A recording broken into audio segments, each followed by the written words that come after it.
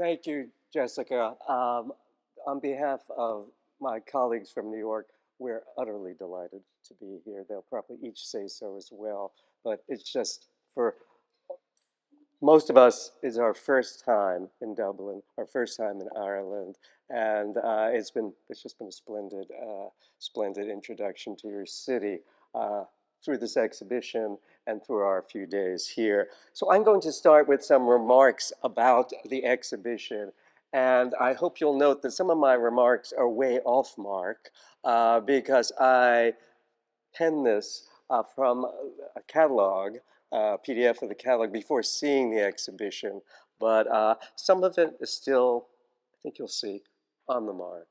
So, Andy Warhol, 3 times out. I want to go back 52 years ago to May 1971, when the traveling retrospective of Andy Warhol's work ended its year-long tour at the Whitney Museum of American Art. At that time, Warhol radically reduced the contents of his exhibition to 5 themes, just 5 themes.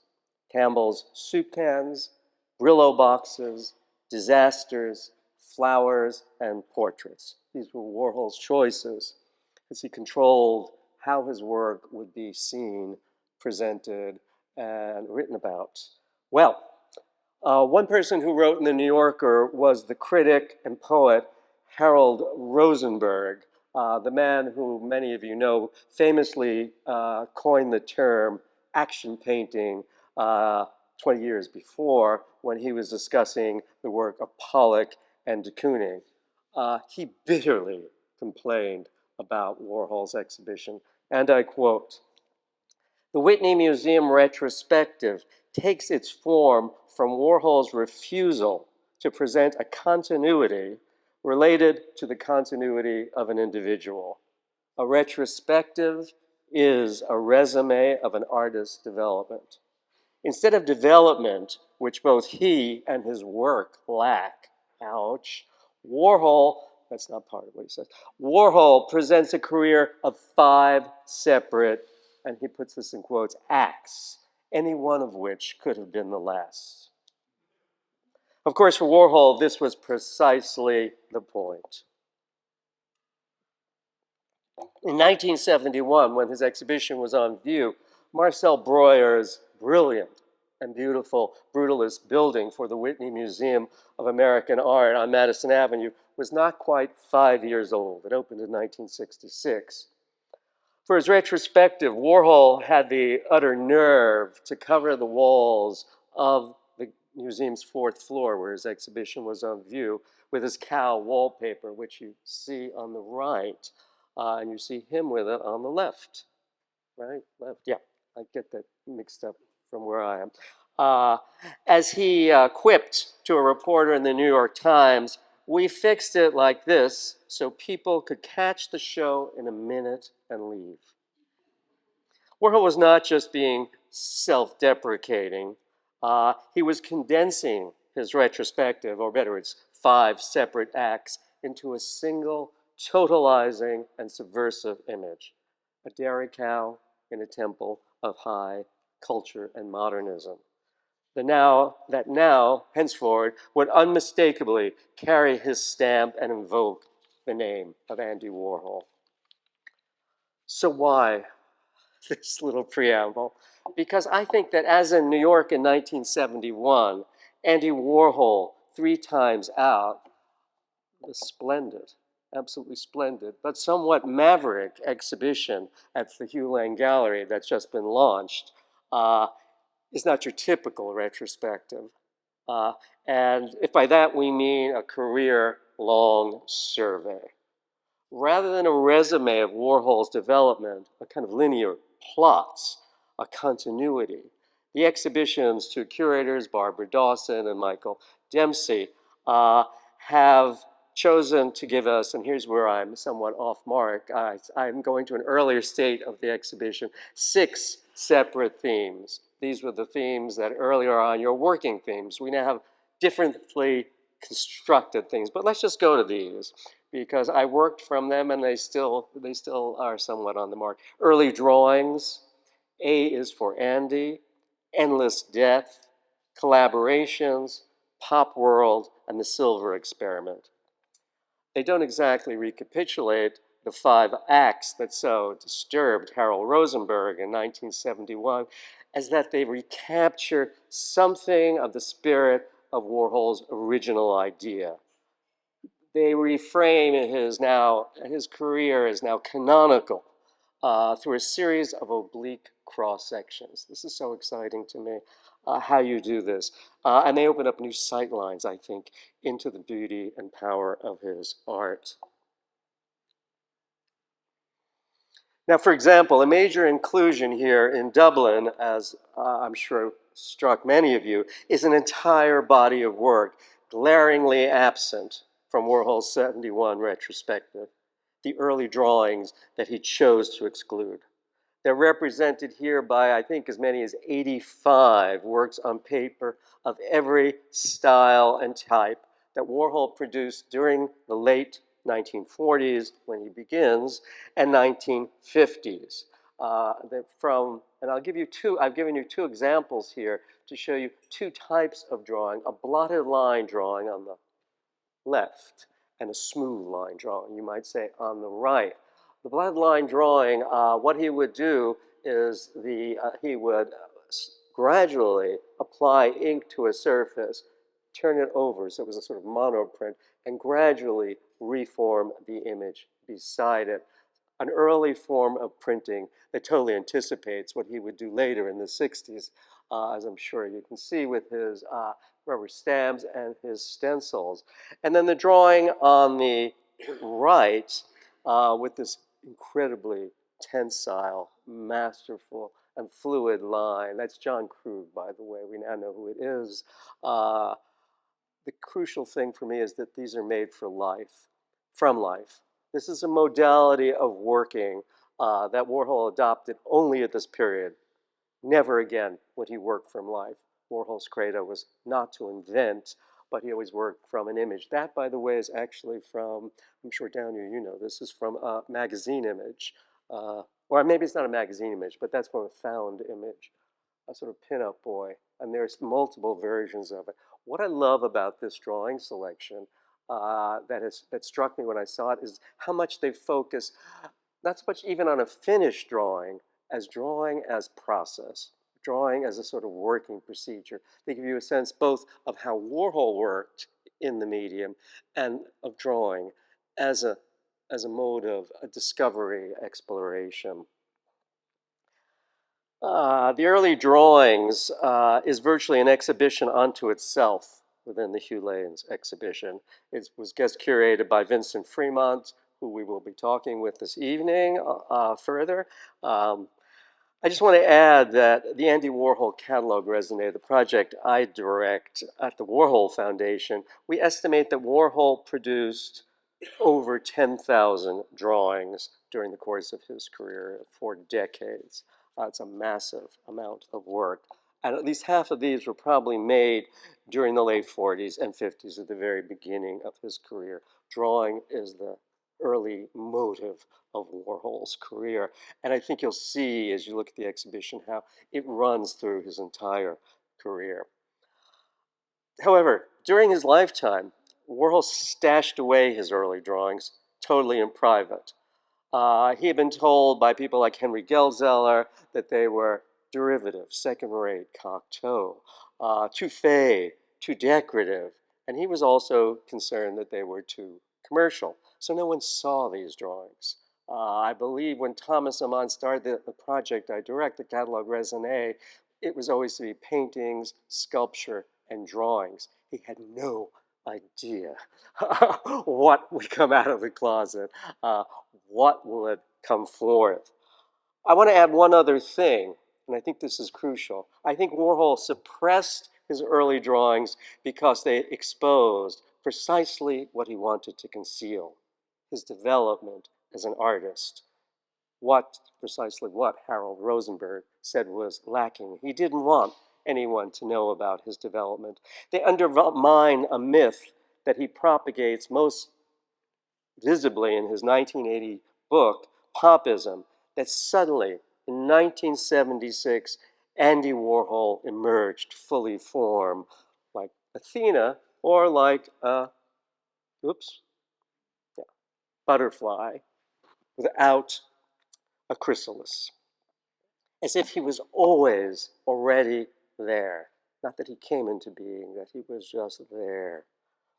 The drawing on your left was probably made in 1953, and the doggerel text composed by his friend Corky Ward, who collaborated with Warhol on his first two self-published books, A is an Alphabet and Love is a Pink Cake.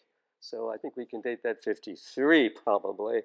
A is for alphabet, but A is also for Andy Warhol, or for Andy in Three Times Out, which includes a selection of self-portraits like the one you see on the right, where Warhol portrays himself as the shape-shifting crime fighter called The Shadow from his 1981 portfolio of prints, aptly called Myths. We'll come back to this in a moment. Just read it first, okay? Also known as Visage, this section of the exhibition zeroes in on Warhol's storied fascination with surfaces, especially with the surface of the face, and particularly with his own face or own image.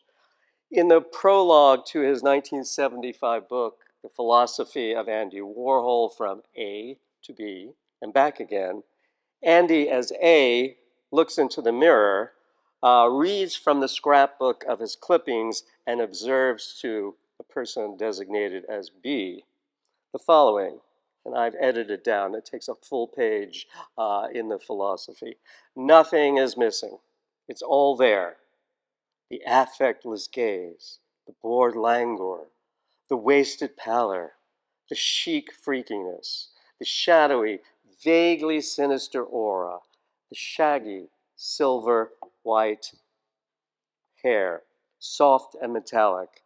I'm everything my scrapbook says I am. Warhol's self-portraits, I would argue, photographically reproduces features and characteristic gestures like the fingers of his left hand, as it unfurls beside his mouth in the 1966 self-portraits that are in the exhibition that you see on the left. But they also double duty as embodiments of his public persona. As a young artist from China living in New York during the 1980s, Ai Weiwei got this right away. When he visited Warhol's self-portrait at MoMA in 1987, Warhol had just died. He posed beside the paintings and parroted the famous gesture, impersonating the master. There's something else. The painting from the show and the artist David Wojnarowicz, who riffed on the famous French poet, the Maudit poet, Arthur Rimbaud, and transposed him to not just the New York Underground, but the underground of the New York subway from the series Rimbaud in New York, early in his career. Warhol's so-called Frightwig self-portrait is to the left, or one of the examples from 1986. It's about 2 meters square on a purple ground. And it's as if, like, I think I used the Wojnarowicz to suggest that Warhol is speaking from behind a mask, the mask of his public face, as if he was telegraphing phrases from his scrapbooks. The affectless gaze, there it is. The wasted pallor, the vaguely sinister aura, the shaggy silver white hair, of course. It's all there in the self-portraits. Another theme, another early thought about the exhibition and what I wrote about in the catalog was the death series. Just read that for a moment. Endless death. I realized that everything I was doing must have been about death. Warhol referred to his 1963 paintings based on photographs of electric chairs, car crashes, and suicides as his death pictures, a series that had begun, according to him, the year before with the painting 129 Died in Jet, or 129 Die, his big and last hand-painted picture, which came from the front page story of the tabloid newspaper, the New York Mirror. As he told his friend Gene Swenson in a 1963 painting, I was also painting the Marilyns. This is a Marilyn print from several years later that's in the show. I was also painting the Marilyns, and I realized that everything I was doing must have been death. Warhol's remark about the Marilyn paintings, which he produced in the wake of her suicide on August 4th, 1962, and his 1963 death painting, 1963 death pictures, reverberates throughout his career. Among the themes, the works that are clustered around the theme, endless death, and 3 Times Out. So let's have a quick look through it. The electric chair. And here are 2 examples, a painting that's in the exhibition and one of the prints from several years later. The 1964 Jackie paintings and the series of prints from the Flash portfolio from 64, 67, which specifically addresses the Kennedy assassination, but not just the Kennedy assassination, but how the Kennedy assassination was delivered as news through the television, through media. Actually, the full title of that portfolio is Flash Dash, November 22nd, 1963, the date of the assassination. We have these wonderful skull paintings from his 1976 series based on a human skull that he bought at the Paris flea market several months before, and his 1978 self-portraits, in which that skull is a different skull. It's a rubber skull that rests on his head or alternately on his shoulders. So 76, 78. There are 3 examples of this wonderful, monumental examples of this snub-nosed handgun from 1981, and this painting of a Cold War map of Soviet missile sites.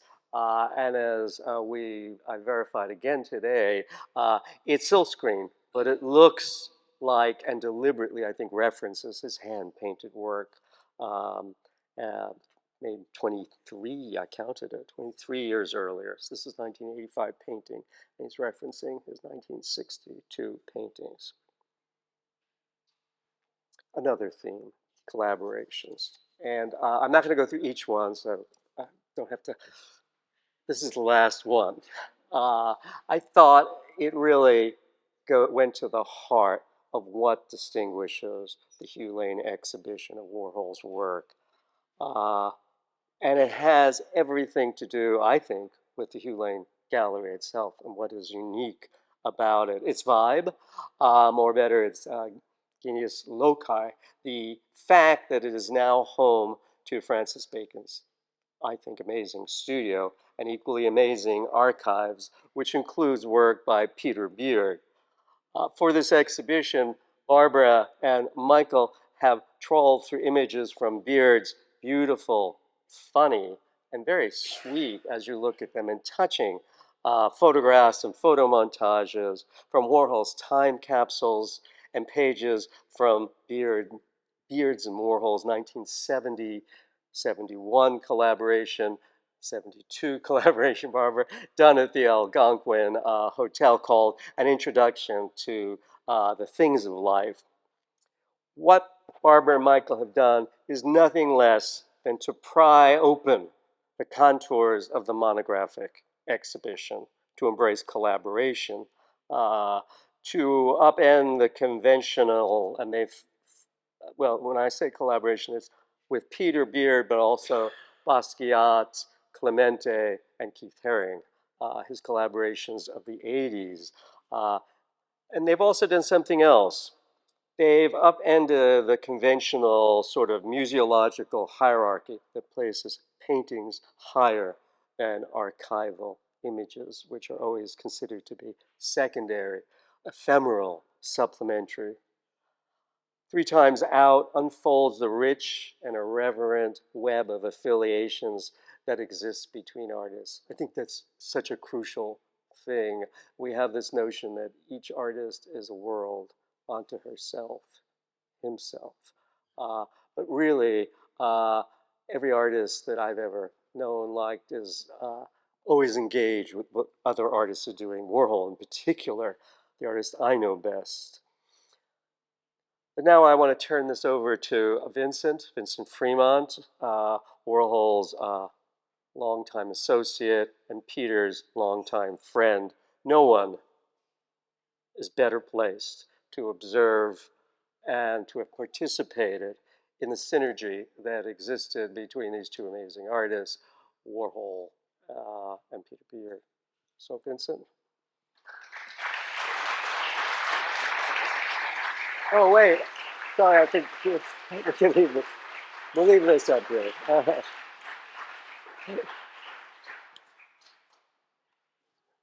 Neil, well done.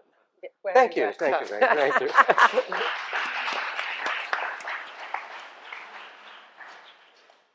Well done, Michael and Barbara. Jeez. Well, so I'm just here to tell stories. Good stories, I hope.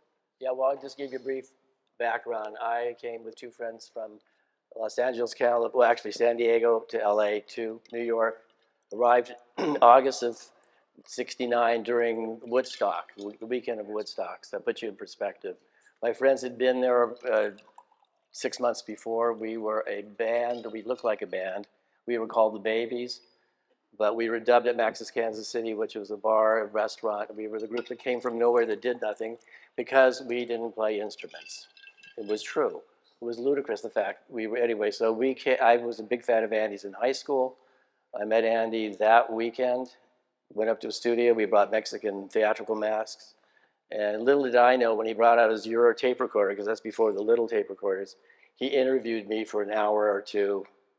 I had bangs, hair down to here, androgynous rock and roll look, and I started freelancing for him in the fall of '69. I did it was Old Calcutta, which was an all-nude review in the East Village. This is roughly a year after Andy died. So he asked me to go, it was a diners club, to go down to the theater and interview people why they're going to see this musical.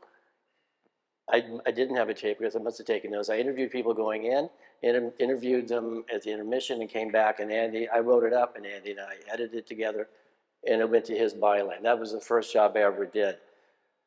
Come January of 1970, I have to leave to go back to Los Angeles to get out of the draft because Vietnam War was raging, and my number was number 26 in the lottery, my birthday.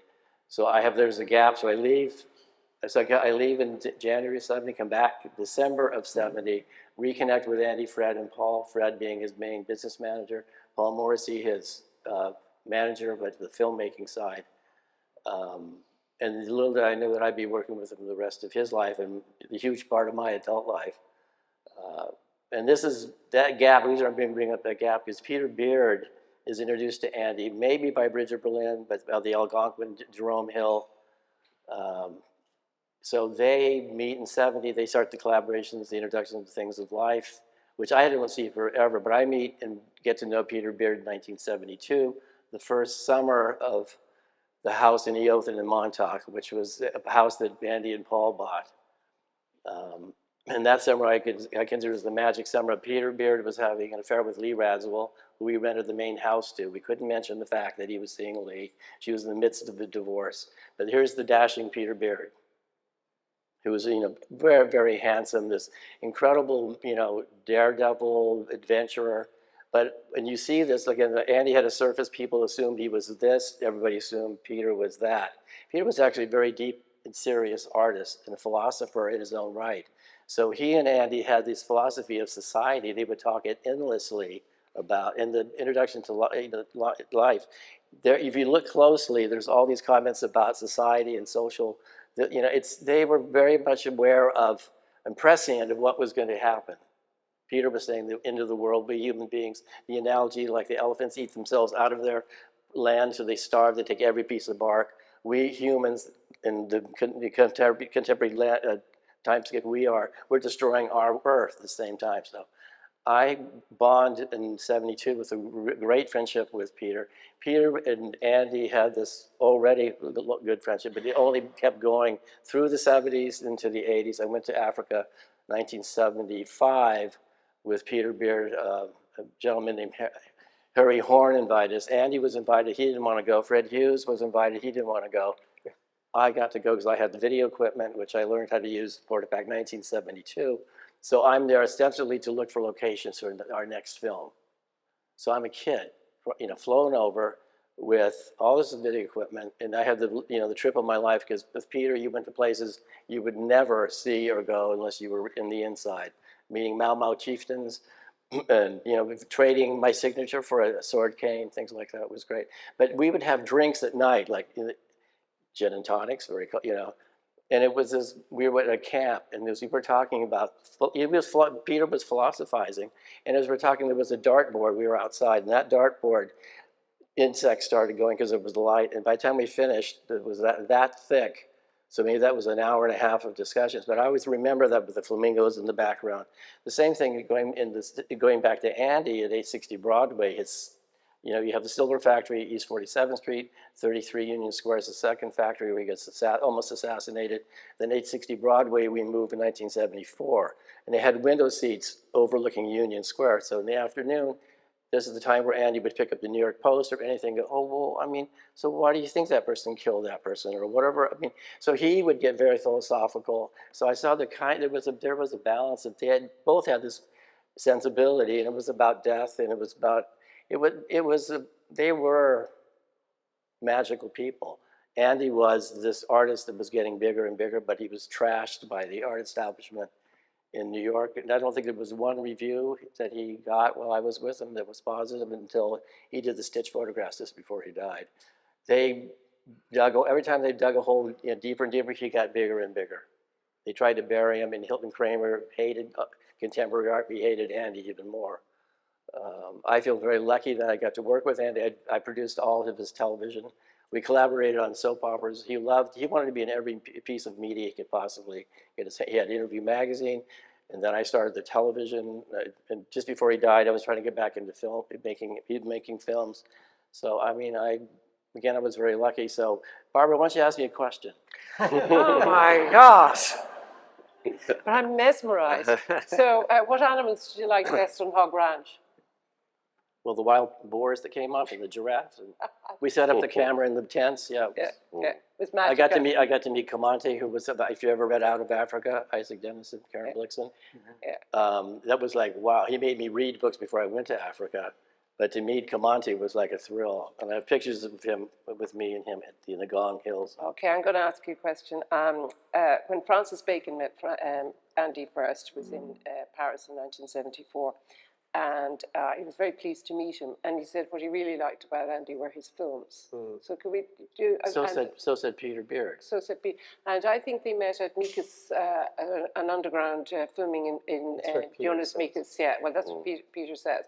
But it's very interesting that, and then he loved his Interview Magazine. So how do you think the films play? And I know that many of them were directed by Paul Morrissey, but they're very much Andy films. Well, we're not going to get into the history of Andy's films, because it's the history of filmmaking, actually, silence and talkies. But we have 10 hours. Oh, okay. Yeah, it's only halfway. But I know Empire is 8 hours long, so I hope you know that. We've got some rope as well. Just for one moment, I think Bacon actually said, I really like, when he met him, I really like your film Trash. Oh, no, Flesh. It was Flesh. Of course. Which is actually Paul Morrissey's film, because Paul wrote and directed, Andy produced it. But Andy was shot in 1968. Yeah. He started becoming producer. He said Paul Morrissey became what he always wanted to be, was the director and writer. So Flesh, Trash, and Heat are Paul Morrissey's movies. Andy never said otherwise, but Paul got really paranoid later. I won't even go into that. But Andy said to, or Warhol's, my boy Vincent to Bacon. I've made other films since that. When you said I really love Flesh, Warhol's made. I made other films since then. You know, because he took ownership of them, and he was still, and it was still. about Frankenstein and. Well, that was Paul Morrissey. Yeah, but Andy presents the films. But Andy was looking, as you mentioned, Andy was observing and looking at artists all the time. He was, you know, he always played the village idiot, where he was silent, his public persona was never to say anything. He was acutely observational, he saw everything. He could, you know, if you look in the diaries, I used to break down his diaries every week to take the expenses out, because we had the IRS on us all the time. So he paid himself cash. Because of that Nixon poster. So every time I took everything out, and I was sometimes the same party, but meanwhile, his description of what that was going on was different than mine, but that's what he loved. That's a great thing. Everybody has their own perspective, but he was very, very observant. You could see that in his work. And he you pretended... you can see that Andy knew his art history and where he was coming from. And people thought he didn't know anything. Yeah. And he played that up. You know, when he started collecting Art Deco and art in furniture, he played it like he didn't know one thing about it. He knew everything about it. So when the dealers came up, you know, he was the great handler, by the way, meaning negotiator. So, but he collected in, you know, a lot. He didn't want just one thing. And I'll give you an example. Tony Berlant was an artist slash dealer in Indian artifacts. It's all your fault. Oh my God, you got two. It's all your fault. Indian artifacts. You tried to. Fred Hughes, who was Andy's business manager and exclusive manager, we went to the loft of the artist Armand and Solo. This is in the 70s, and there was a chieftain blanket, beautiful chieftain blanket. And then there were other blankets of lesser quality. Andy didn't want to buy the chieftain blanket. He wanted the 10 other that were offered. He took the 10 and said it was the one. It's the multiple, that whole idea of taking more and a multiple imagery fits right into his pattern. His pattern was really that sort of, he wanted, at the time of his death in his house, there was a room that I stayed in when they were all in Japan, when he first had the house. You couldn't open the door. You had to jam, it was full of stuff. I found presents I gave Andy years before. And then what do? He'd tear open the edge, he'd see what's inside, close it, because that would be perfect state. I learned that for what you bought him turtlenecks and crackers, he'd keep the tin, he'd eat the crackers. You know that was the effect. So. Do you remember when we were researching this, we were reading some of the tributes to Andy in a book after he died? Do you remember? It's a little black book, and Vincent describes in that Andy had an absolute routine. He would come into the studio, he'd go this, but you and somebody else decided one day to get rid of some of the thrash. Oh, that was the early one, because he was the most intuitive person I ever met. He could figure out what you were going to say before you said it sometimes. And this is early, this is 73, 74, so I'm about 23, 24. Paul Morrissey said, oh, why don't you get rid of all the stuff, because this is 33 Union Square West, and the freight elevator was all the way in the back on the 6th floor. So I'm taking all this stuff, I throw it out into the bin next to the freight elevator. Weirdly, Andy comes in early, because you only came in around 11 or 12, and he goes right to the back of the studio, never does this, and he found the stuff I threw away. I had to take it all back and put it back in place. He was very frugal. Don't forget, he came from a very poor background. He was also very generous at the same time, but he didn't, you know, Fred Hughes was the opposite. Don't think like Andy and you just throw stuff away.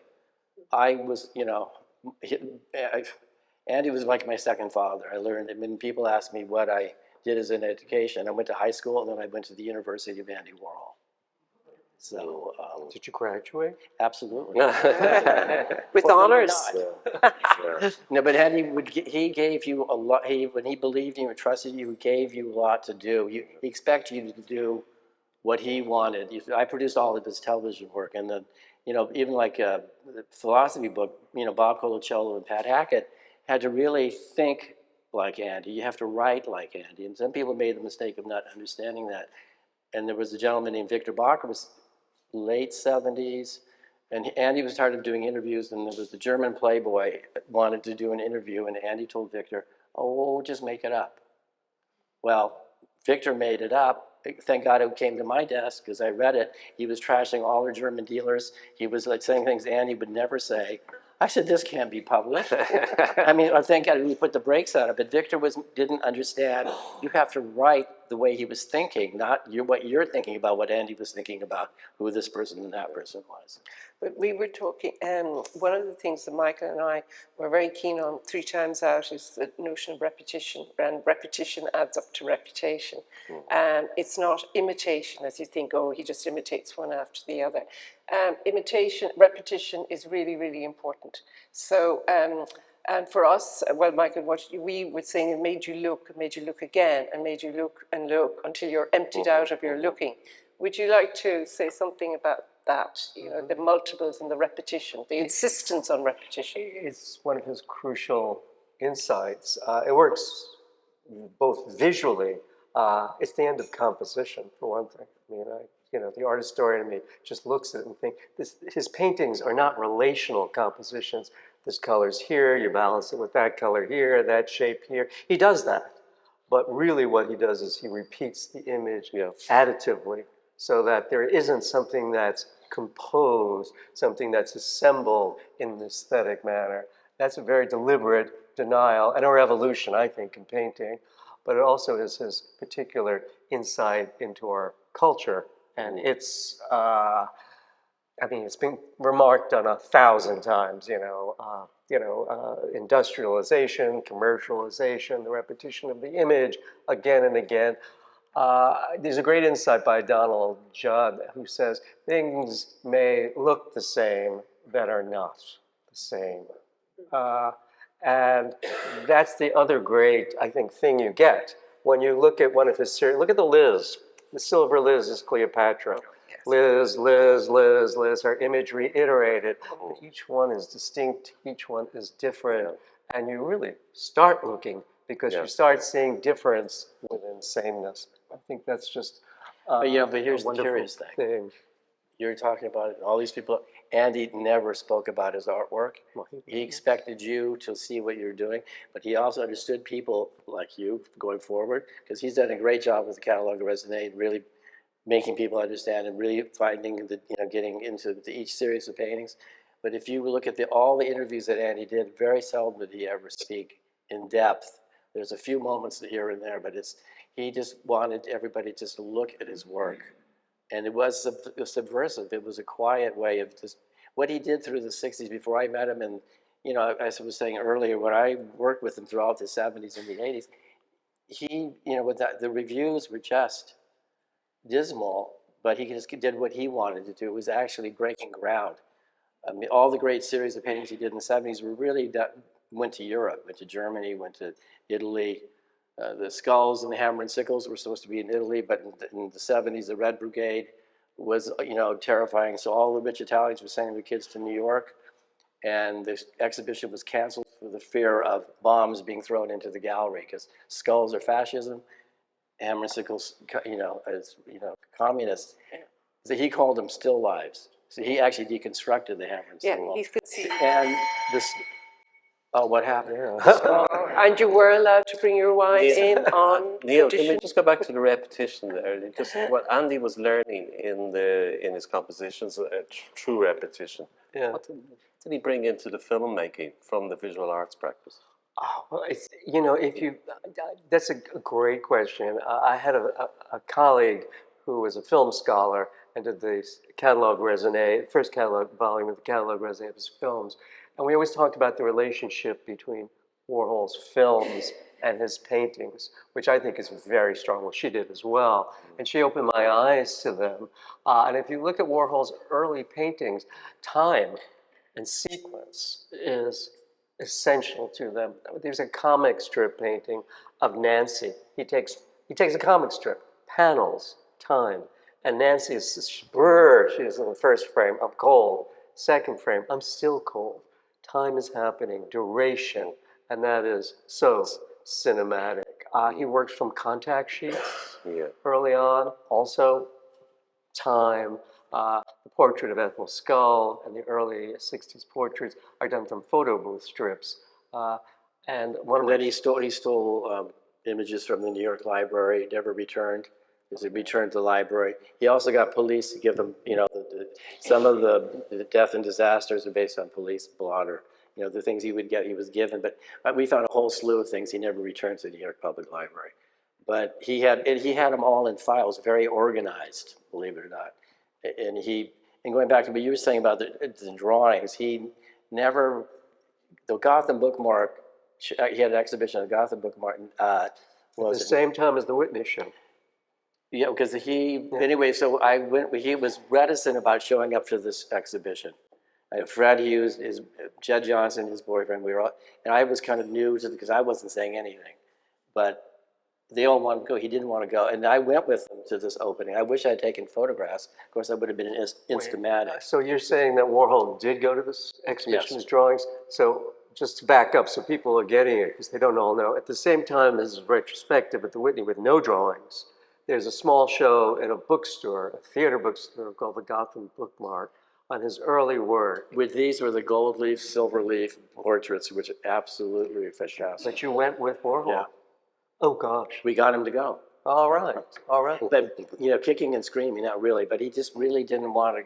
And for years, he never showed, as Neil said, they were all in flat files. So I actually learned more about his 50s drawings after he died.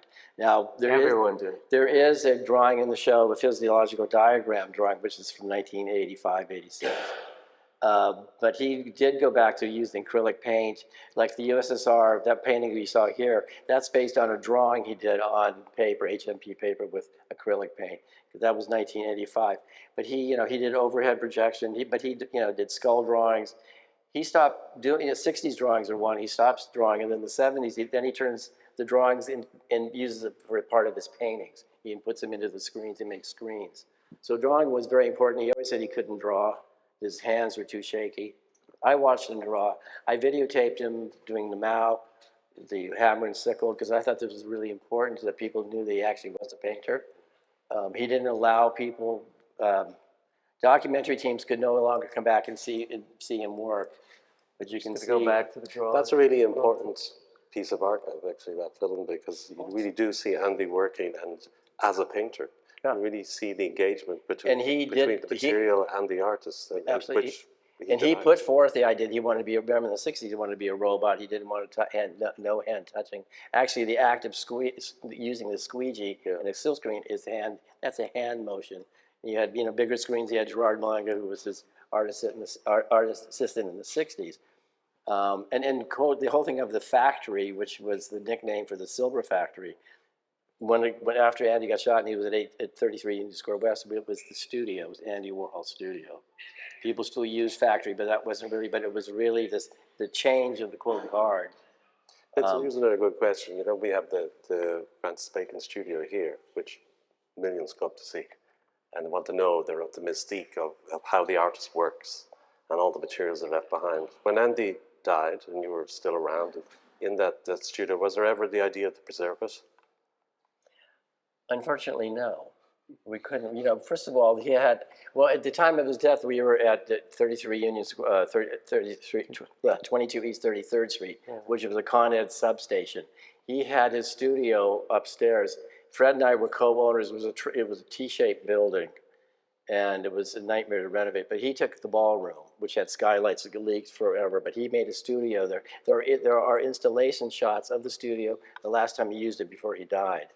He was doing, Alba Clemente, Francesco's wife, he was doing a nude portrait of her. The Polaroids were left. He used that studio, but it was different because the Francis Bacon studio here is fantastic to see that. And the fact that Hugh Lane got that, it was extraordinary to see that. And I see the Peter Beard photograph in there, and it brings back that whole memory of Peter. Because Peter we talked about this early on putting the show together. Peter is a great friend of Francis Bacon and a great friend of Andy. It so happens Peter was a very handsome man. Both artists are gay, so that was one cause, but it goes way, way beyond that. Peter was a serious artist and gave Francis Bacon the dead elephant photographs, and he worked from photographs as well. So when you say there's a connection here, and Peter, the artist, Peter Beard, is the one who really saw it too. And it's fascinating. That's when I found out you guys had the archives in There's- Francis Bacon's. Well, a lot of these studios, they do become sites, become relics, so to speak. But we couldn't find anybody But to do the anything. difference between the sort of the Bacon studio and the Warhol studio is that a factory by its name, it was such a site of creative collaboration. It would have been just an amazing sort of contrast to the artist genius in the studio to the collaborative factory, and that is something. Mr. Bacon, I think when we were researching it, he wanted to come to Andy's studio, and Andy basically kind of wants to know why, because Andy was watching him and he was watching Andy. He was what, and but they came together. But the thing about Peter Beard. Talk about that just for a moment. When Oh, Bacon visited Warhol Studio, it's fascinating. So they met at John Richardson's house, a party. Andy was amazing. We worked really hard, played really hard. I mean, he probably had 3 parties, and we're just reading the other way. Francis Bacon went to his own opening at the Met. It was really, really successful. All of them came out, Bill de Kooning, Rauschenberg, and all of that. He went off to a bar that night, didn't want. The next night he went to John Richardson.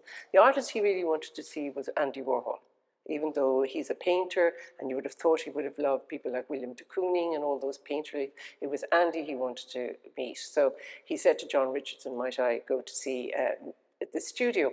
And on the way out, he admired that fabulous portrait that Andy did of John Richardson. You know, the jaunty. Which I call Junior. It's John Richardson, who was an elegant art historian, Picasso expert. Yeah. But you would go to dinner at John Richardson's home, Yeah. and after dinner, with us young, we'd go after dinner. Andy would eat the dinner, and Fred Hughes. But then John would go after dinner. He'd change into a leather outfit and go to bars downtown. Yeah. So he had a motorcycle jacket. I mean, completely different. He's also fabulous and wrote the most wonderful biography of Picasso. Yeah. Yeah. So he's really, really a great art historian. But and of course Bacon loved this portrait, and Andy said that he really liked the painterly element. He loved. They see caught off guard. He admits, he really likes paint. So apparently they came next day to the studio. Neil and I were talking about this. Dickie Chopping writes in his book, Dickie Chopping and Dennis Worth Miller went with Bacon to New York. And Valerie Beston was keeping a very close eye on them because they really could go wild.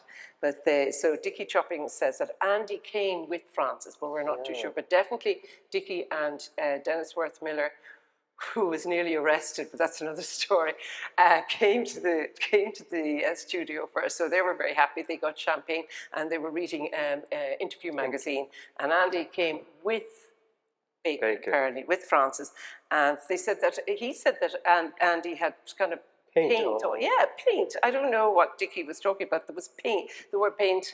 And so they talked about Maybe with what you think of yeah, it. well, Andy cut Andy, with paint. but then he had paint on his shoes all the time. Yeah, but paint, that Every was once in a while, but he always wore Yves Saint Laurent kind of corduroy pattern jacket. He took, so in the Bacon gallery, where we have Andy's skulls and Bacon's paintings, are 3 Polaroids that Andy took. Andy loved, you have to explain, Andy loved the Polaroid camera, didn't he? He just loved Polaroids of people before. Well, it was instant gratification. Same thing with video, same thing with audio tape. It was recording live. But and so I think Andy did put up sometimes, smock on, something where, but Andy used a lot of focus painted with the tie on. Yeah. So it's completely different, but he wasn't. Well, you can see that in this exhibition. Yeah. There's 3 wonderful videotapes of Warhol painting in this exhibition. One in '72, he's painting Mao, using his fingers. Yeah. He's painting, although the Ladies and Gentlemen isn't. It's not in this. So 2 of the 3 wonderful videotapes that you shot of Warhol painting, which show the artist who never painted, right? Painting very much involved with the And that particular one you see here is the label says Andy painting them out. It was called Beat the Clock. It was based on an American television program called Beat the Clock, where you had to complete some task that was given you in the hour allotted to you. So Andy and I were big TV. We were always watching television. I think Michael Netto, but we decided to do it for Andy to paint the back of one of the 15-foot Maos with an hour reel-to-reel videotape. So if you hear the audio, there's conversation, and then you see his boyfriend, Jed, because what you don't see in the camera, when Andy's halfway down the canvas, the white doors that divided the studio on the 6th floor open up, and Andy's dog, Archie, runs through and runs onto the forehead of Mao. So Jed grabs them just in time for a few parts. So this is what it's also it's kind of, for me, it's the humanness of Andy. Yeah, You know, absolutely. he was painting on the floor. This is the person who was the robot. He's finger painting. But It's well worth painting, listening to the audio if you get up close to it. it's really worthwhile. But the painting, Vincent, go back to those mouths, were they all painted in 1 hour? No. No. But the painting of it, just to go back to the Bacon element, I think Bacon recognised, or Andy recognised something in Bacon as well, because we have in the Bacon room what Andy cheerfully said he copied his colour and his skulls. So he was looking at painters, no doubt, whether he painted to beat the clock or otherwise. Andy looked at every artist. I mean, he loved all artists, even some terrible ones, in the sense that he wasn't judgmental, which made Fred Hughes sometimes crazy. But he embraced all the younger artists. And, you know, when painting came back, which had never really left. But when Jean-Michel Basquiat, Julian Schnabel, and Kenny Scharf, and Keith Haring all emerged in the early 80s, he embraced them, and he was one of the boys. He went out with them. He didn't play the lofty, I'm the bigger artist. He traded art with all the young artists, their portraits. He was really engaged. He was always in the kind of the zeitgeist of his world. And I think through the 70s, because the Millmanist and all the, which he appreciated, but he really liked the richness of painting. People, hands-on, even though, he was still screening, he really actually, by the late 70s, early, he wanted to be the robot. And there was a robot being made in the early 80s, which he said he had to suffer through. It's in the diaries. But his idea was to have this robot go on talk shows so he wouldn't have to go on talk shows. And we were going to feed it information, but it never happened. So, should we open it to the audience, Jessica?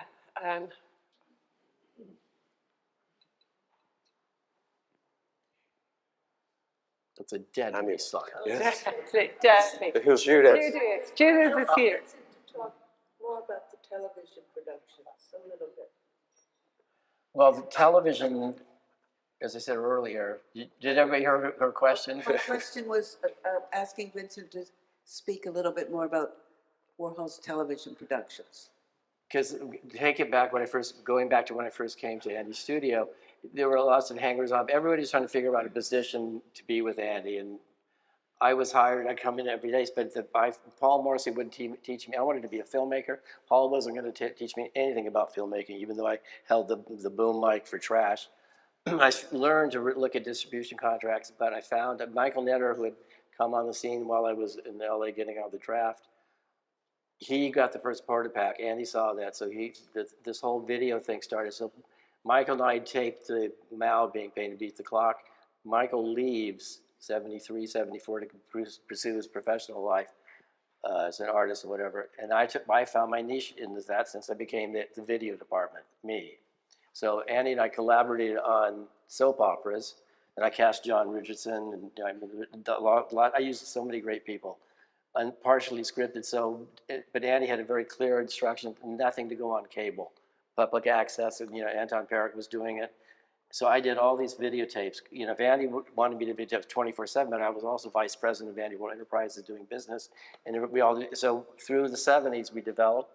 1979 is when we decided to go pro, so to speak. And I won't go into the details, but that's when we get a broadcast quality camera. I find a director, I become producer, and becomes executive producer. And his whole persona, Andy was really shy. Because when Saturday Night Live came to me, it was Nelson Lyons, who was an old friend of his, and Terry Southern, the author, were writing for Saturday Night Live. And Nelson came to Andy and said, "We want you live for Saturday Night Live." That would have been fabulous. I said, no, he can't do it because he'll stand there on the stage, he'll turn red, you'll get 2 words out of him, and that's it. You'll have dead time. And so I said, instead, we'll videotape a piece because they were commissioning 1 minute, 1.5 minute pieces. We'll make you a piece. If you don't like it, you don't have to buy it. And I said, no one can. We have full editing control. So Don Monroe and I did 3 of them, and they accepted them. So that Andy was so thrilled because you read in the diaries, somebody comments that he's walking on the street. Oh, there's Andy Warhol. I just saw him on television. This was thrill. It wasn't Andy Warhol artist. It was Andy Warhol TV personality. So as he's going, so we developed. The first show was called Fashion. It was Andy's concept. It would be 1/2 hour on a fashion designer or something to be about fashion. So and Andy was the logo with SX70, and he said the word fashion. Then we expanded it to Andy Warhol's TV because fashion is more than just fashion. It incorporates and goes out.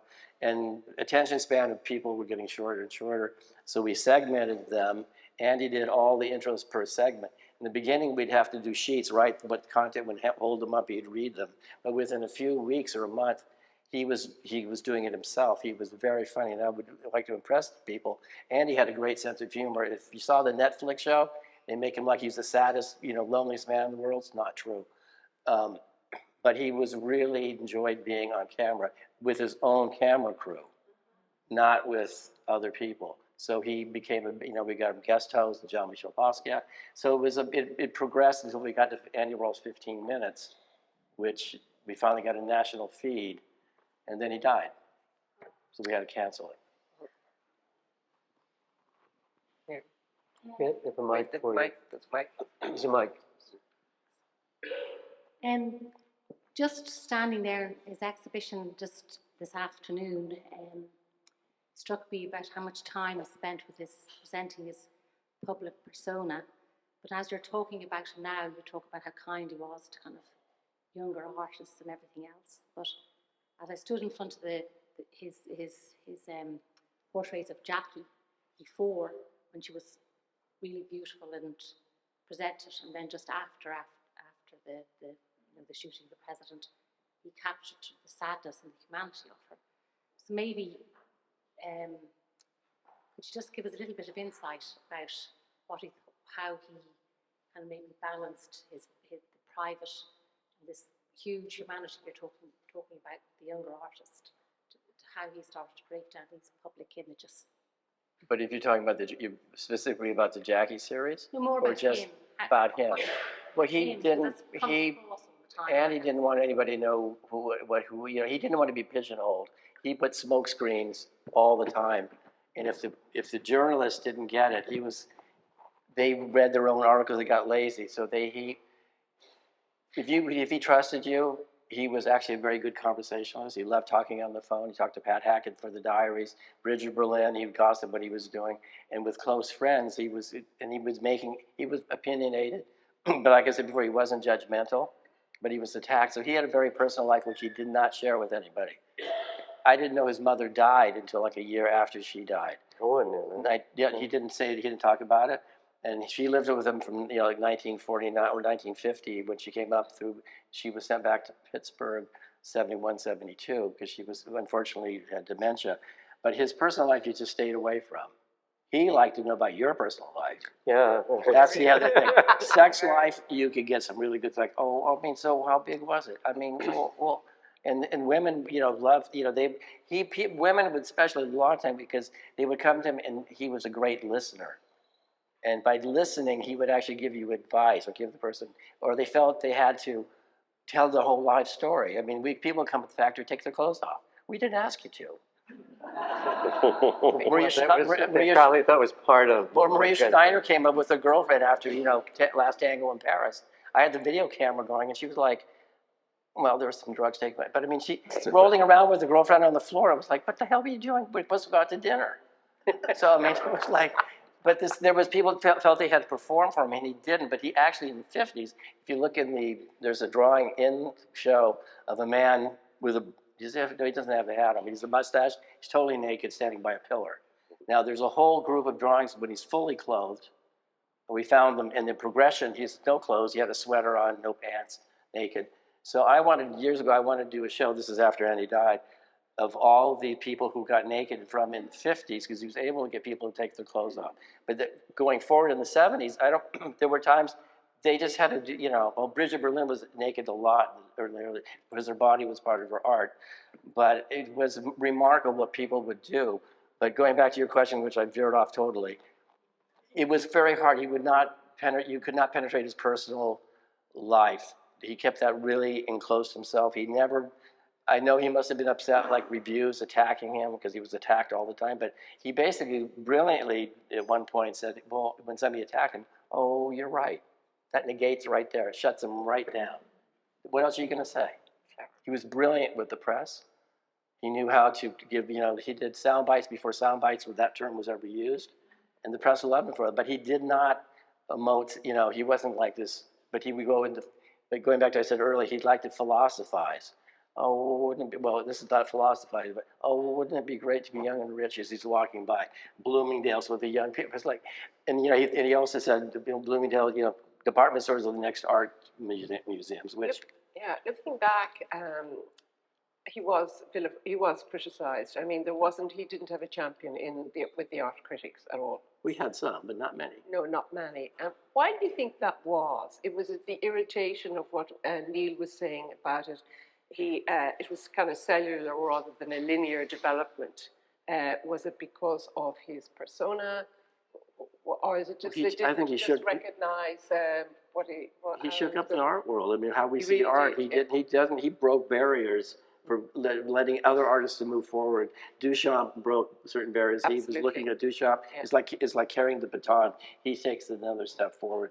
He didn't like boundaries of what people expected Andy to be in a garret painting and angry, you know, maybe drinking a fifth of scotch and throwing things at the wall. No, he was going out with movie stars and rock stars and people and culture. He wanted to you know, that's what really fascinated him. That gave him the creative thing. He wanted to turn all into art.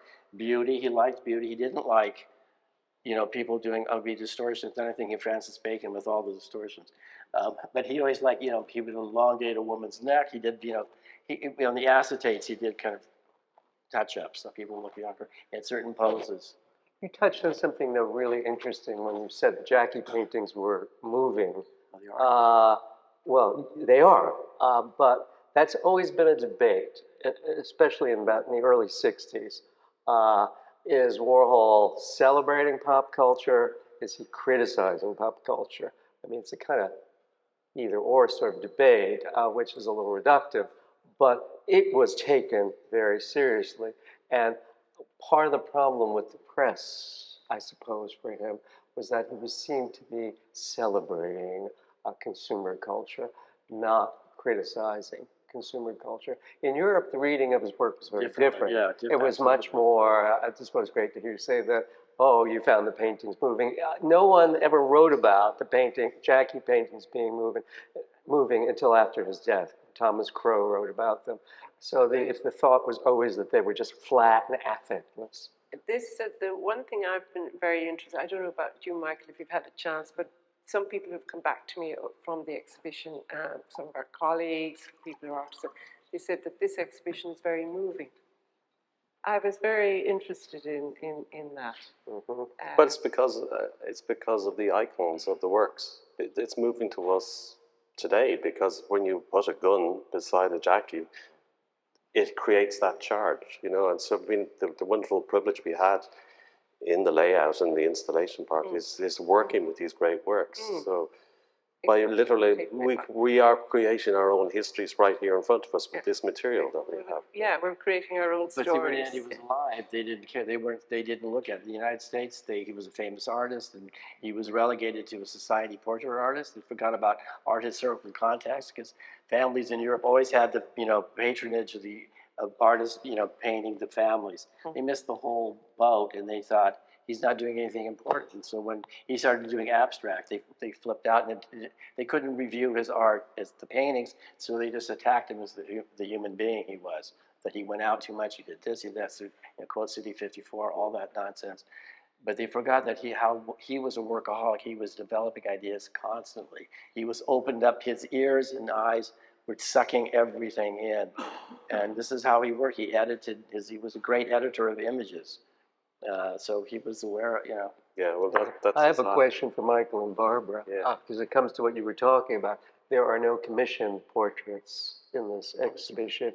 Warhol began making commissioned portraits in the 60s, actually, but mostly as soon as he got the Polaroid Big Shot in 1972 for the rest of his career. And portraits and series, like the guns, like all the powerful painting exists of it. Was that a deliberate decision? Was it, how come you don't have any commissioned portraits in the show? Not that I missed them, but Yeah. when this came up, No, I just thought of it. As But we now put- you've as really we were opened a can putting of the show worms. together, well, it's a very simple answer because Oh, good. It's literally to do with availability and also exposure because we were as we were researching the Whitney show 2019 was on and also the Tate show was focusing on ladies and gentlemen. And there was this sense of there was a lot of exposure to that material. of the material. So it was just a sense of us then just we always- had to edit down it to some degree. And you always try. I mean, when you have these shows, Whitney was a fantastic show. The Tate show, which unfortunately ended COVID, but was there. So we're next door. So you have to really go back to the well, don't you, to start Yeah. again. Yeah, and also try it's and not a make retrospect. something- Yeah, it's not a retrospect. Exactly, yeah. Never wanted to do a retrospective. We wanted to kind of reveal certain aspects of Andy Warhol.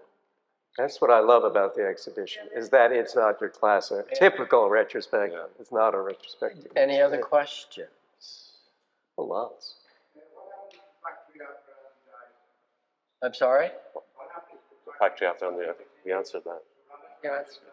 No, we ran, but in the will, Fred Hughes and I were to keep conducting business as usual. And the other instruction was we were to create a foundation. To create a foundation would be a charitable foundation for the arts. So philanthropic. So Fred Hughes took the lead. We created the Andy Warhol Foundation. So and then I'm one of the 3 founding directors of the foundation. All the artwork was transferred from the estate. And we shut down Andy's studio. It's probably the shortest answer.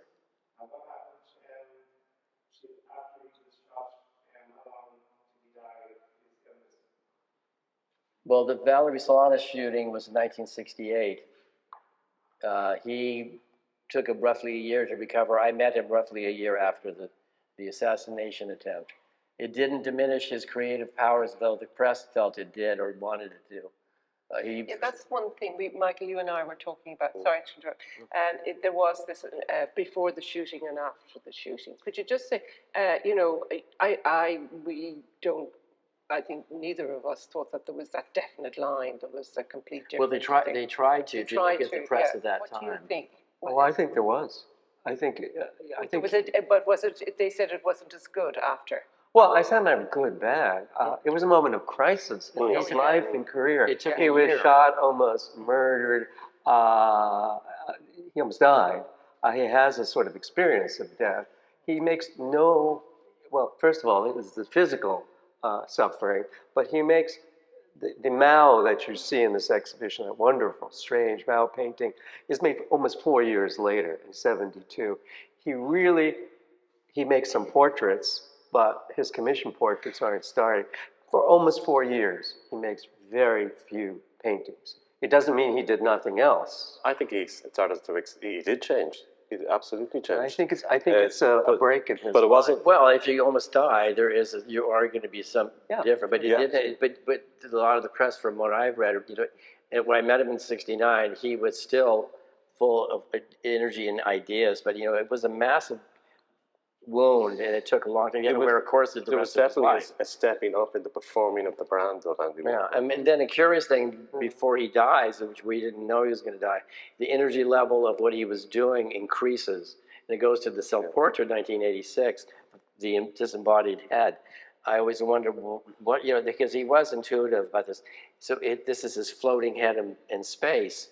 And John Journal was talking about things with kind of a Buddhist, when your body's ready to leave, and whether he knew he was going to die, I don't know, but I know he was, the gallbladder surgery I did that weekend that changed my life, he was deathly afraid to go to the hospital. So that self-portrait, 86, why is it so disembodied? And it's like, and you can take the smallest version, it draws you in. It's this energy, but his energy was, he was painting the black and white ad paintings, he was doing the Last Supper paintings, it was putting out a lot more than he needed to even. And he made more paintings in the 80s than he did in the 70s. The 80s is 7 years, not even 7 years.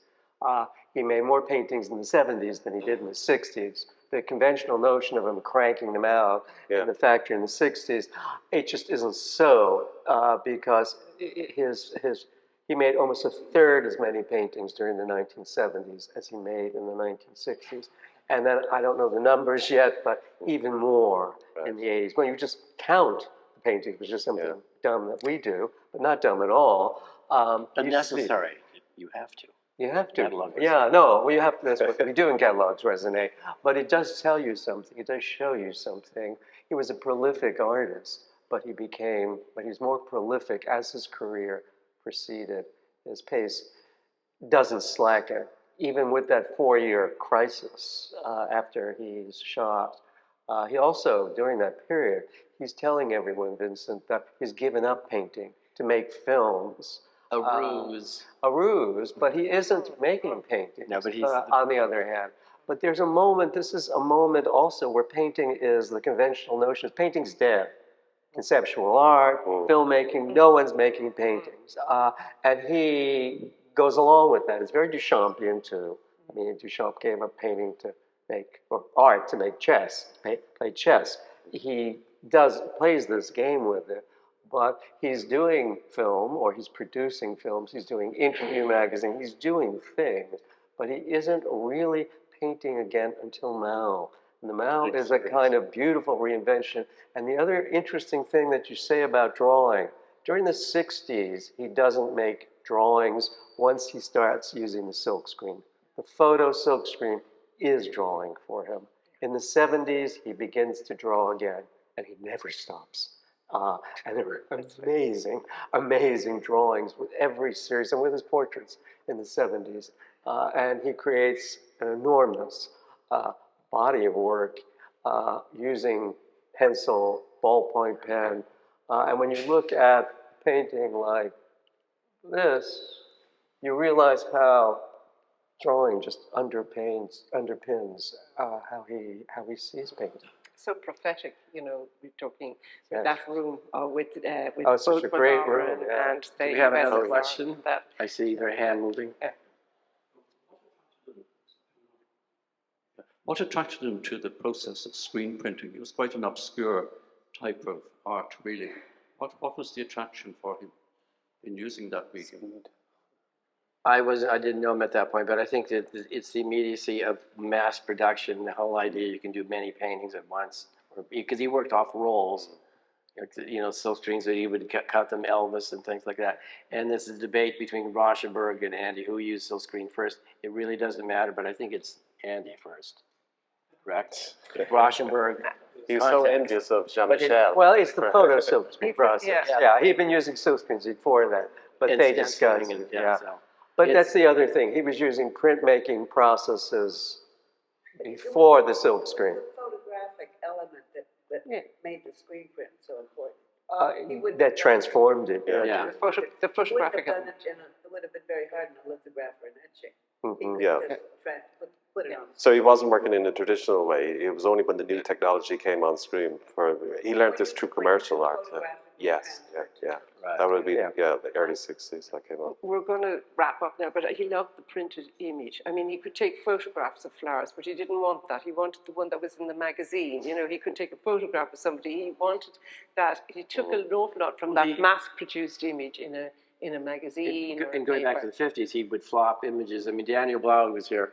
He had a whole book of finding the origin of certain drawings from Life magazine, which was he used a lot of Life magazine images, but you would flop the image, crop it, so it's very difficult to put it together, but you can find it. So you have to go on the internet, Amazon. That book is so enlightening.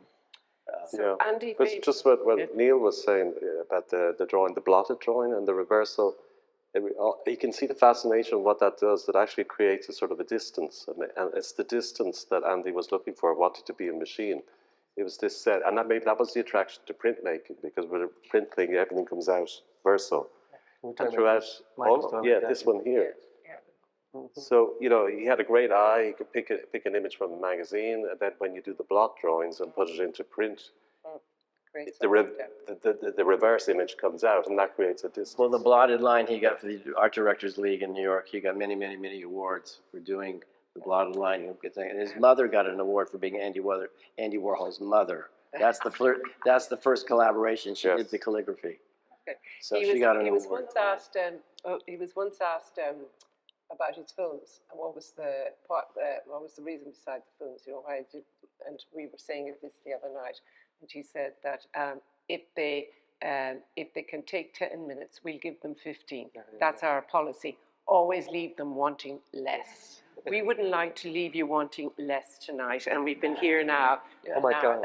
So I think we just, Michael, we would like to thank so Thanks much, very much, Neil. Vincent and Neil, and it's been a wonderful week with you both, and it's been wonderful to have you both here, and I hope it won't be the last Well, it one. was great to be here, so. Thank you.